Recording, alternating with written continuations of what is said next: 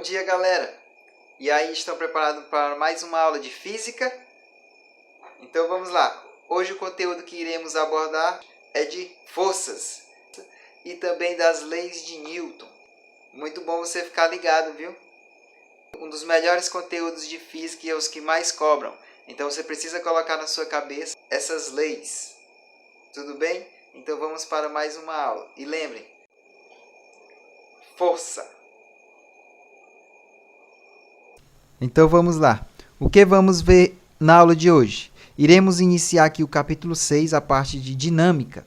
E o que iremos estudar neste capítulo? Iremos estudar o que é força e as suas características.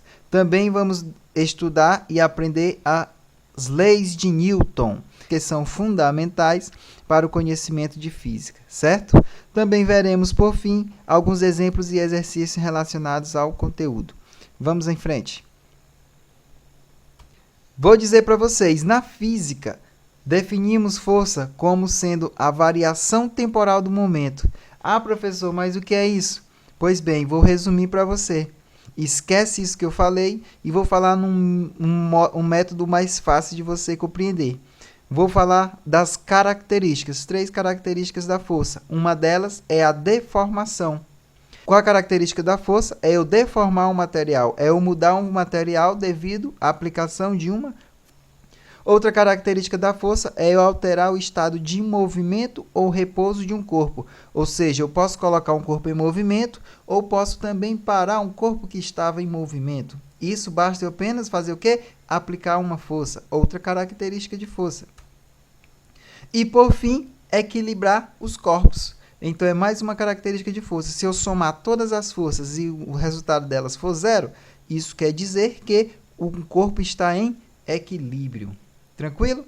Então, vou mostrar aí um vídeo para vocês explicando cada característica. E todas essas características que eu te falei definem o que é força, juntando tudo. Certo? Vejam o vídeo. Bem, você viu aí 3 características da força. Uma delas, alterar o estado de movimento ou repouso de um corpo. Mas o que quer dizer isso? Então quer dizer, se eu tenho um objeto aqui parado, eu posso mudar o estado de repouso dele, aplicando o quê? Uma força. O objeto ele começa a se mover. Por quê? Porque eu alterei o estado de movimento, ou seja, eu apliquei uma força. Também eu posso fazer o contrário. Variar o estado de movimento de um corpo. Como assim? Se um corpo está se movendo, eu posso parar ele aplicando uma força. Então, eu alterei o estado de movimento dele. Agora ele está parado, certo? Então, essa é uma característica de força. Vamos ver a próxima? Bem, outra característica de força é que eu posso deformar um material. Ou seja, eu mudei a sua característica do material aplicando uma força. Legal. O que será mais que eu poderia fazer aplicando uma força? Seria muito massa. Também deformei esse material aplicando uma força. Se liga na próxima característica. A outra característica seria deixar os corpos em equilíbrio. Vamos lá, pessoal. Eu troquei de câmera. Troquei de câmera para ficar melhor, mas a gente vê ó, que o garfo e a colher não tocam no copo. A colher aqui ó, não toca no vidro. Certo? Está em equilíbrio.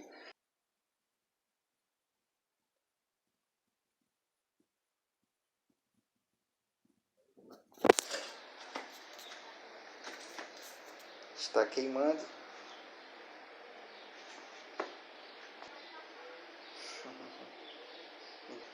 Olha que legal. Está segurando apenas na ponta do fósforo. É mágica? Quiserem fazer em casa é muito simples. O ruim é para eu colocar. A gente vê, ó.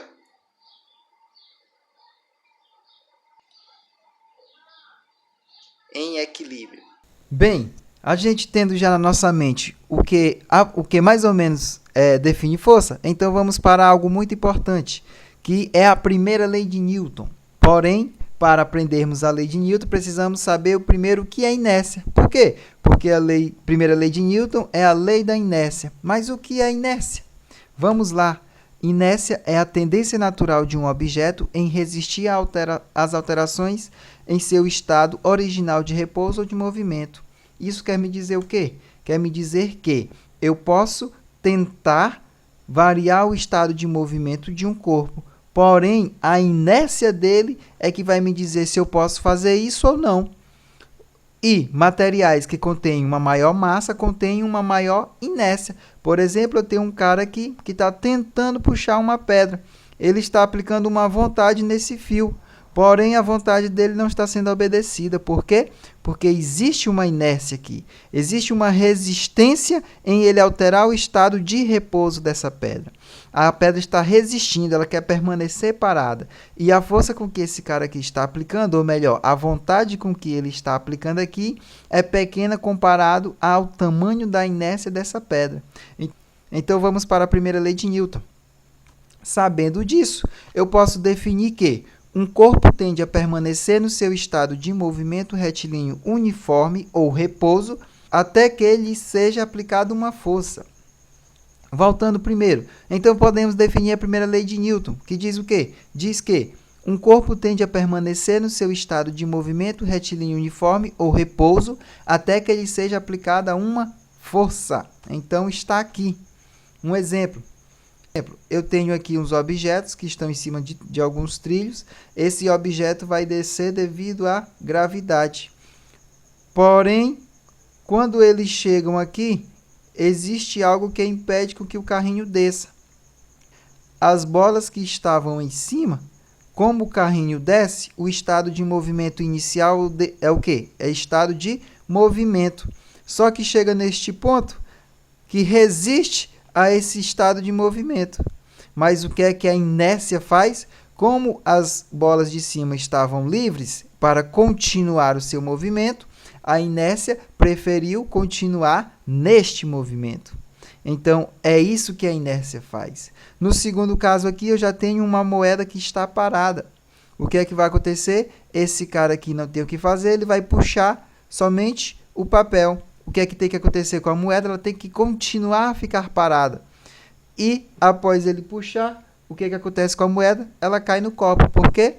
Porque eu alterei o estado de movimento apenas do papel. Eu não mexi na moeda. Então, o que foi que aconteceu com a moeda? Ela tendeu a ficar em repouso, ou seja, ela continuou parada. Então, a única resposta dela por eu puxar o papel é cair no copo. Porém, a sua posição com relação a x não mudou. Bem, acabamos de definir aí a primeira lei de Newton. Então, se liga agora na segunda lei. O que diz? É o princípio fundamental da dinâmica. O que me diz esse princípio? Diz que a força aplicada a um corpo é diretamente proporcional à aceleração que ela produz. Bem, a segunda lei de Newton me diz que se eu aplicar uma força em um determinado material, esse material tende a adquirir uma aceleração. Ou seja, se ele está parado, eu vou aplicar uma força aqui nesse objeto, ele adquire uma aceleração. Porém, ele me diz que essa aceleração é proporcional à força. Isso quer dizer o quê? Isso quer dizer que se eu aplicar uma força maior, a aceleração vai ser maior. Vocês viram o pincel passando? Não. Por quê? Porque a aceleração foi muito grande. Ou até viram, mas foi muito rápido. Por quê? Porque a força que eu apliquei foi maior. E professor, e se eu aplicar uma força menor? Vamos ver a aceleração dele. Certo? Entenderam? Então é isso. Força é igual a massa vezes aceleração, ou seja, eu posso definir a força que eu aplico em um corpo sabendo apenas de sua massa e a aceleração que esse corpo vai adquirir de acordo com a força. Como vimos aí, quanto maior a força, maior vai ser a aceleração e vice-versa. Está aqui a unidade de Newton. A unidade de força vai ser o Newton que iremos usar. A de massa, todo mundo sabe que no sistema internacional é o quilograma. E a aceleração é o metros por segundo ao quadrado. Então, todas essas unidades são no sistema internacional de medidas. Então, para a força, iremos usar Newton, massa, quilograma e aceleração, metros por segundo ao quadrado. Um exemplozinho, de novo, só para a gente fixar mais, é que se eu tenho um objeto de 1 kg e aplico uma determinada força resultante, ele adquire uma aceleração de 1 metro por segundo. O que aconteceria se eu duplicasse essa força? O que aconteceria? A minha aceleração também seria o quê? Duplicada. Isso mostra que a força e a aceleração são proporcionais. O que acontece com uma vai acontecer diretamente na outra. Tranquilo? Vamos para frente. Então, temos aqui o peso. O peso também é uma aplicação da segunda lei de Newton, que temos aqui, por exemplo, a força-peso. É massa vezes gravidade. Então, eu preciso da massa do corpo e a aceleração da gravidade de um planeta. E como essa força é adquirida? Ela é devido ao campo gravitacional que sempre puxa os corpos para o centro da matéria. Ah, professor, não entendi nada. Pois se liga aí no vídeo. E aí, galera, vamos definir o que é o peso? Primeiro, vou explicar como surgiu essa força gravitacional. Os corpos, o que acontece para os corpos se atraírem? Deduzir essa definição. Primeiro, vamos lá. Eu sei que se eu soltar um pincel desse, esse pincel vai cair, certo? Quando temos corpos, qualquer corpo que tem massa, o que acontece o que o objeto faz com o espaço ao seu redor? Ele gera um campo gravitacional. Mas o que é isso? É basicamente uma analogia a isso. Se eu tenho um objeto que tem massa e eu coloco em uma determinada região de um espaço, o que acontece com o espaço? Ele deforma. Ou seja, se eu colocar um objeto pesado aqui, ele tende aí o quê? A fazer um buraco. Como ele faz esse buraco? Qualquer objeto que eu soltar aqui ao redor desse objeto mais pesado, esse objeto mais leve, ele tende a ir para onde? A ir para o centro, entendeu? Então, o que a Terra faz? Aqui eu tenho a Terra, eu tenho o espaço, o que a Terra faz? Ela dobra o espaço. Quando ela dobra o espaço, tudo que está ao seu redor tende a ir para onde? Para o seu centro. Claro, o espaço não é dessa forma aqui, certo? Eu falo do espaço, mas isso é abstrato. Não podemos definir como é o espaço no universo. Mas sabemos que ela deforma, ela gera ao seu redor um campo gravitacional. Ou seja, ela deforma o espaço ao seu redor e essa deformação causa a atração entre os corpos. Tranquilo? Então vamos para frente. Após aí aprendermos a primeira e a segunda lei de Newton e também a força-peso, vamos agora estudar os sistemas de forças. Só lembrando que, no caso da força-peso, são os dois corpos que se atraem. Estamos mais interessados em saber o movimento do corpo menor, por quê? Porque estamos na Terra e o pincel não vai fazer Então, a gente fica interessado apenas no corpo de menor massa. Tranquilo? Então, vamos para frente. Forças no mesmo sentido. Aqui ele vai me dar uma relação se eu tenho duas forças, F1 e F2, e essas duas forças estão sendo aplicadas no mesmo sentido. Por exemplo, se duas pessoas estiverem empurrando uma cadeira para o lado direito, o que é que vai acontecer com essas duas forças vão se equivaler a uma força que somadas vai ser igual a estas. Tranquilo? Ou seja, quando eu tiver duas ou mais forças no mesmo sentido, essas forças vão se somar. Está aqui. Então, quem vai ser a minha força resultante? Vai ser o somatório de F1 mais F2 neste caso. Em forças em sentido contrário, a gente vai ter uma subtração. Por quê? Imagina duas pessoas empurrando uma cadeira. Uma mais forte empurra para o lado direito, no caso aqui F2, e uma um pouco mais fraca empurra a cadeira para o lado esquerdo. O que é que vai acontecer? A cadeira vai tender a ir para onde? Para o lado direito. Por quê? Porque a pessoa mais forte está empurrando para este lado. Vai ser menor do que F2 e menor do que F1. Por quê? Porque eu vou subtrair F2 menos F1. Vou pegar a força que a pessoa está empurrando para a direita e subtrair pela força que a pessoa está empurrando pela esquerda. E aí eu tenho a minha força resultante, que vai ser pequena. Tranquilo? Então, forças em sentidos contrários eu subtraio.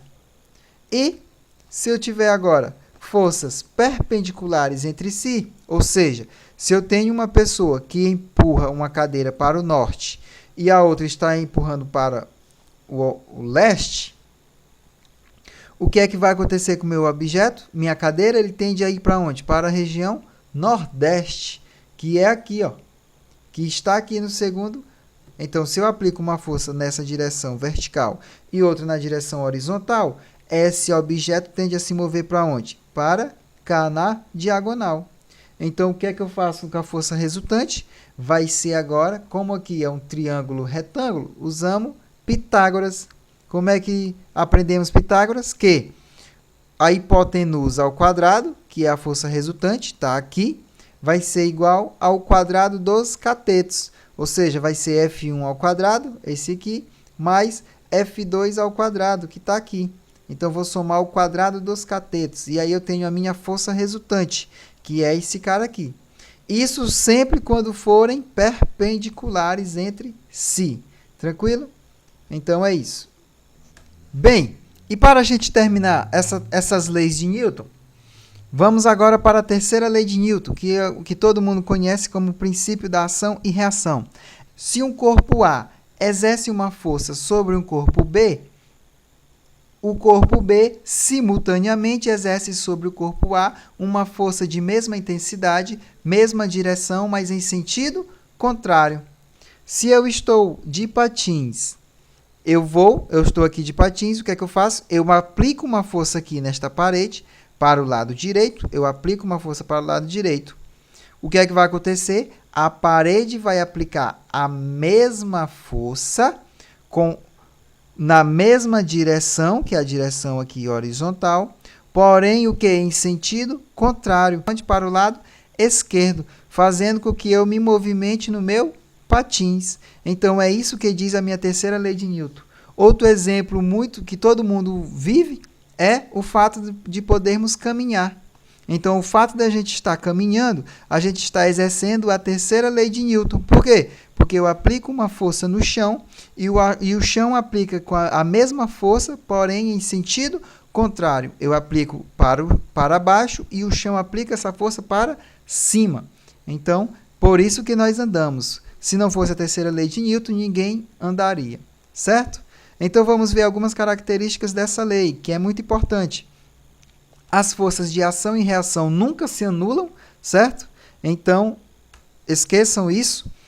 Não existe a força de ação sem a correspondente reação, ou seja, elas nasceram uma para a outra, não existe separação. Tranquilo? As forças, elas são simultâneas, ou seja, na hora quando uma exerce, a outra, no mesmo instante, reage. Ação e reação podem apresentar efeitos diferentes. Um exemplo disso é a pessoa com patins. Apliquei uma força para a direita que não aconteceu nada. Porém, quando a parede exerceu essa força de volta, o que foi que aconteceu? Eu entrei em movimento. Então, foram efeitos diferentes. Tranquilo? E é indiferente dizer qual força é a ação e qual é a reação. Se formos analisar diretamente, não daríamos para compreender qual era a ação e reação. Por quê? Porque elas acontecem simultaneamente. E, por fim, ação e reação são forças de mesma natureza, certo? Então, tá aí a terceira lei de Newton, muito fácil, muito tranquilo. Vamos agora para os exemplos. Vamos aqui iniciar agora a resolução de alguns exemplos para tentarmos entender melhor como funcionam as leis de Newton. Exemplo 1.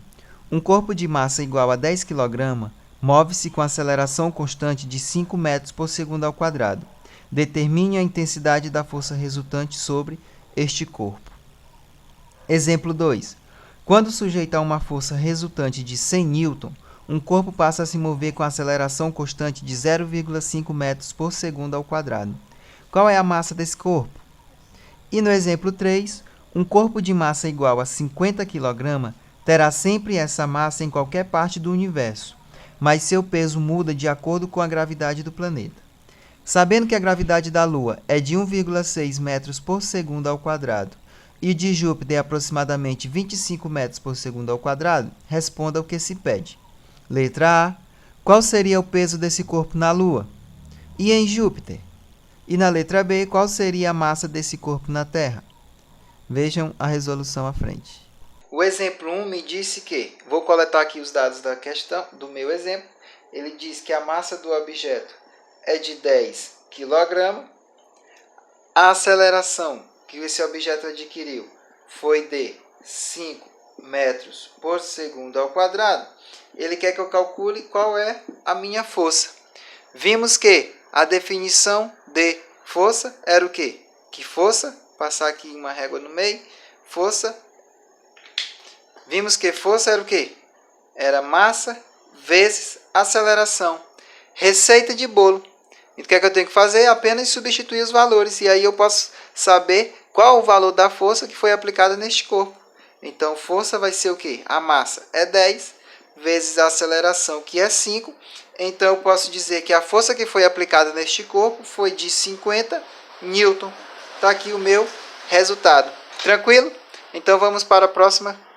Bem, no segundo exemplo, ele já me disse que a força que foi aplicada em um corpo foi de 100 newton. Então, eu coloco aqui 100 newton. A aceleração que esse corpo adquiriu devido a esta força foi o quê? Foi de 0,5 metros por segundo ao quadrado. Ele quer que eu identifique, então, qual a massa desse corpo. Então, vamos lá. Eu sei que força é o quê de novo? Força é o quê? Massa vezes aceleração. Eu quero agora a massa. Ele me deu quem? A força. A força é 100, vai ser igual à massa que eu quero saber. E a aceleração é 0,5. 0,5, ele está multiplicando, vai passar para o outro lado dividindo. Então, eu tenho que massa vai ser o quê? 100 dividido por 0,5. Então, o resultado vai ser o quê? Massa vai ser igual a 200 kg. Tranquilo? Simples, fácil. Bem, galera, nesse exemplo 3 aí eu vou coletar os dados. Primeiro, o que ele me deu?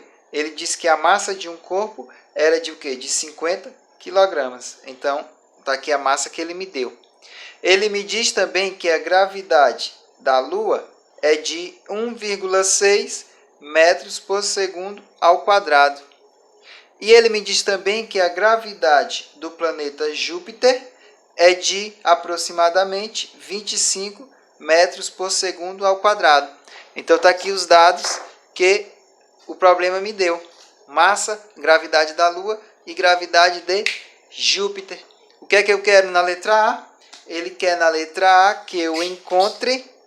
Então, na letra A, ele quer que eu encontre o peso desse objeto na Lua e em Júpiter. Vamos lá. O peso eu calculo como sendo, no caso primeiro da Lua, vai ser o quê? A massa multiplicado pela gravidade da Lua.